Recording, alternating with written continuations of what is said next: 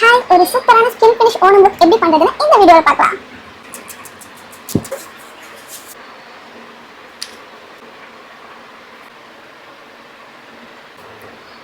இப்போ வேணுமா?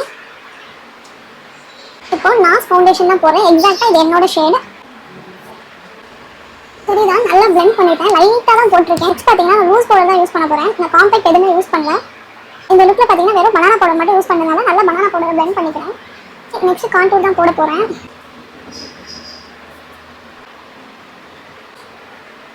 இதுலயே ப்ளஷும் இருக்கு. வேணா லைட்டா ப்ளஷே பண்ணிக்கலாம். ரொம்ப மைல்டா பண்ணியிருக்கேன்.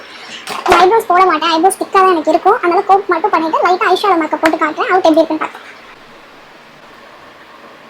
மைல்டா தான் யூஸ் பண்ணியிருக்கேன். போடுறதுக்கப்புறம் நான் ஹைலைட் தான் பண்ண போறேன்.